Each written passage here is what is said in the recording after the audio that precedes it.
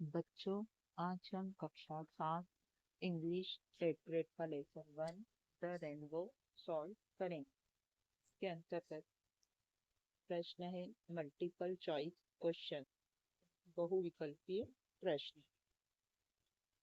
Choose the correct option and write. सही विकल्प चुनकर लिखें।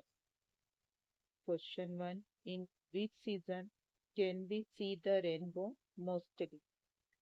हमें रेनबो किस सीजन में अक्सर दिखाई देता है।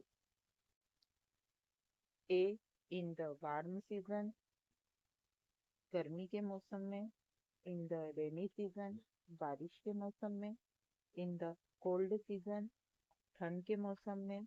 इन द ऑटम सीजन, पतझड़ के मौसम में। तो इसका सही आंसर है B, in the rainy season. Question 2, how many colours does the rainbow contain. Rainbow में कितने कलर होते हैं। A 5, B 9, C 7, D 2। Rainbow में 7 कलर होते हैं, इसलिए इसका ऑप्शन सी सही है।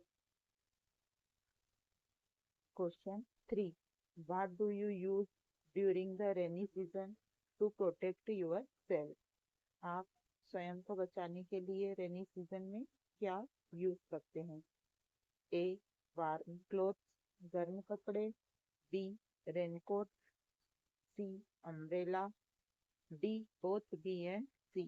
तो हम रेनी सीजन में रेनकोट और अम्ब्रेला दोनों यूज करते हैं, इसलिए इसका option D, both B and C, सब बी और सी दोनों, इसलिए डी ऑप्शन सही है। Question 4, pick the odd word and encircle it. Odd word यानी अलग शब्द चुने और लिखें या इन सर्कल गोला बनाए। तो इसमें ए सेल, सेल यानी तैरना। बी स्विम, स्विम यानी भी तैरना। सी फ्लोट, फ्लोट यानी बहना। डी वॉक, वॉक यानी चलना। तो चूंकि वॉक अलग है चलना, इसलिए इसका आंसर है D walk. Question 5, give the comparative and superlative degree of the given word. हमें जो शब्द दिए हैं उनकी हमें कंपैरेटिव और सुपरलेटिव डिग्री बनानी है। तो पहला शब्द है लो।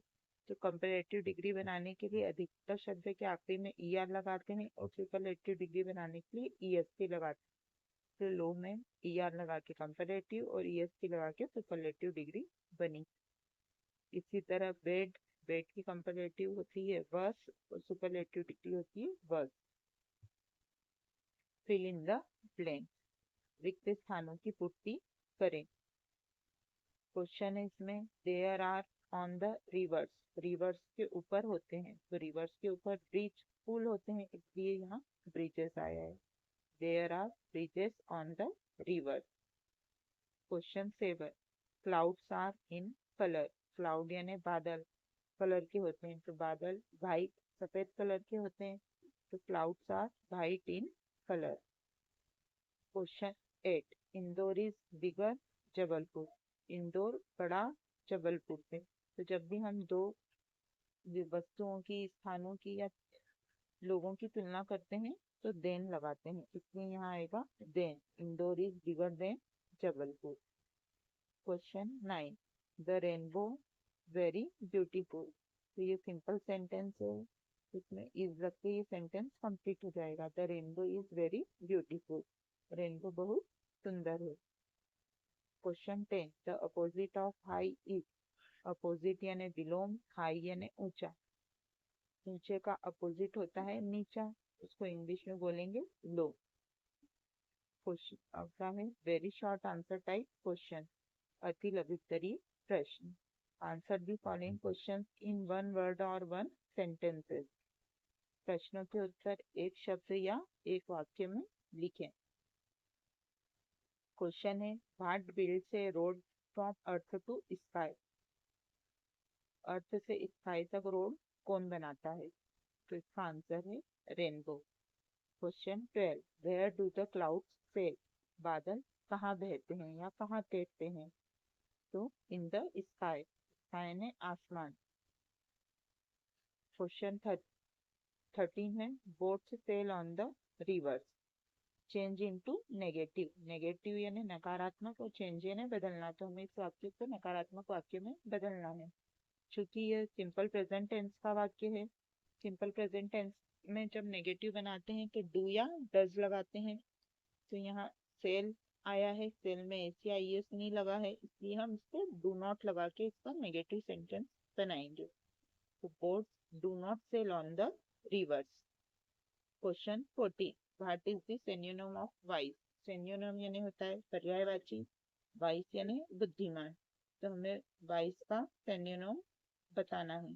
तो वाइज का सिनोनिम क्लेवर यानी चतुर और इंटेलिजेंट यानी बुद्धिमान, दोनों हो सकते हैं। शॉर्ट आंसर टाइप क्वेश्चन, लघुत्तरी प्रश्न लिखने हैं। Answer the following questions in 1 और 2 सेंटेंसेस। निम्नलिखित प्रश्नों के उत्तर 1 या 2 वाक्यों में लिखें। क्वेश्चन है, what is prettier than boats and ship. Boats और शिप से प्रिटियर यानी सुंदर कौन है। तो clouds are prettier than boats and ships. बादल बोट्स और शिप से प्रिटियर हैं। क्वेश्चन 16 है, rearrange the words to form a line of the poem rainbow. यहाँ पे हमें शब्द दिए हैं जो रेनबो पोयम की किसी लाइन के शब्द हैं, और वो आगे पीछे कर दिए, उनको हमें रीअरेंज करना है, यानी पुनः जमा के वो लाइन सही करनी है। तो शब्द है the rivers sail on boats. तो सही लाइन है boats sail on the rivers. Question 17 है, what will you do if you notice that someone is sleeping on a wet surface.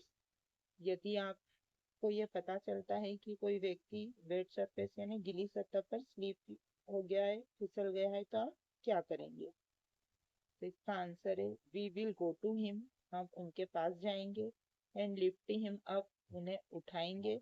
If he has any injury, यदि उन्हें कोई चोट आई होगी, we will take him to the doctor, हम उन्हें doctor के पास ले जाएंगे। Question 18, write the comparative and superlative degree of the following words. अभी हमें शब्द दिए हैं, उनकी कंपैरेटिव और सुपरलेटिव डिग्री बनानी है।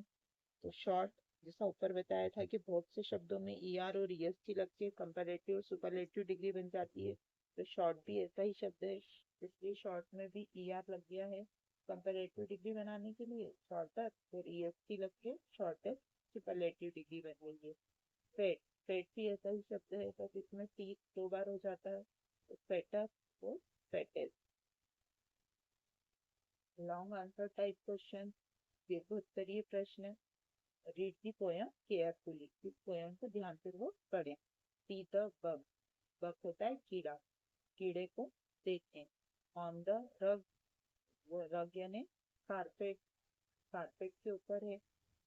I will give his leg a tug, मैं उसके पैर को पकड़ता हूँ या खींचता हूँ। सी हिम रन, और उसको दौड़ते हुए देखता हूँ। सी हिम गो, वो जा रही है। He did not like it, उसको ऐसा करना पसंद नहीं आया। No no, see him hop, अब वो कूद रही है। ऑन दी मॉप, मॉप यानी झाड़ू के ऊपर। सी हिम हाइट, और उसको छुपते हुए देखता हूँ। टू मेक मी स्टॉप, और वो मुझे रोकने के लिए छुप रही है।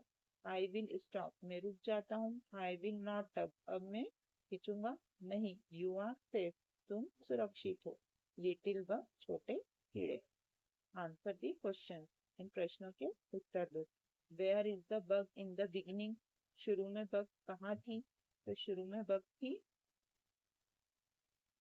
ऑन द रग, रग के ऊपर थी, तो इसका आंसर हो जाएगा on the rug. Second question है, what happened to make the bug run, वो बग रन करने दौड़ने क्यों लगी थी। Because his leg was tugged, क्योंकि उसके लेग को खींचा गया था, इसलिए वो दौड़ने लगी थी। What will you do if any insect bytes you, insect यानी कीड़ा, बाइट यानी काटता है, तो यदि आपको कोई कीड़ा काट खाता है तो आप क्या करते हैं। तो वी क्लीन द स्किन, हम पहले हमारी स्किन को साफ करते हैं। विथ सोप एंड वाटर, साबुन और पानी की मदद से हमारी स्किन को साफ करते हैं। And place a cloth soaked in cold water over the skin. वो फिर हमारी स्किन पे ठंडे पानी में भिगो के कपड़ा रख लेते हैं। अगला क्वेश्चन है right the opposite of the word stop. Stop यानी रुकना शब्द का अपोजिट यानी विलोम शब्द लिखना है हमें। स्टॉप का होता है स्टार्ट। स्टार्ट यानी शुरू करना। Right synonym of the word safe. Synonym यानी पर्यायवाची, सेफ यानी सुरक्षित, तो सेफ शब्द का पर्यायवाची लिखना है। तो सिक्योर, सिक्योर यानी भी होता है सुरक्षित। अगला क्वेश्चन है write an application to your school headmaster requesting him to grant you leave for 3 days as you are going to attend the marriage ceremony of your elder sister। अपने school के headmaster को application लिखनी है आपकी बड़ी बहन की शादी अटेंड करने के कारण 3 दिन की छुट्टी के लिए। तो ये एप्लीकेशन है टू दी हेड मिस्ट्रेस। चूंकि हमारे स्कूल में प्रधान अध्यापिका है इसलिए हमने हेड मिस्ट्रेस लिखा है।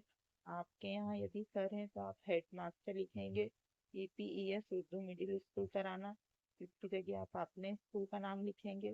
Subject leave application for sisters marriage respected madam, या मैडम की जगह भी आप सर लिखेंगे।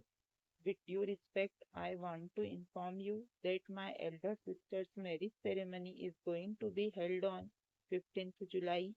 15th जुलाई की जगह आपकी जो डेट हो वो तारीख यहाँ लिख देंगे।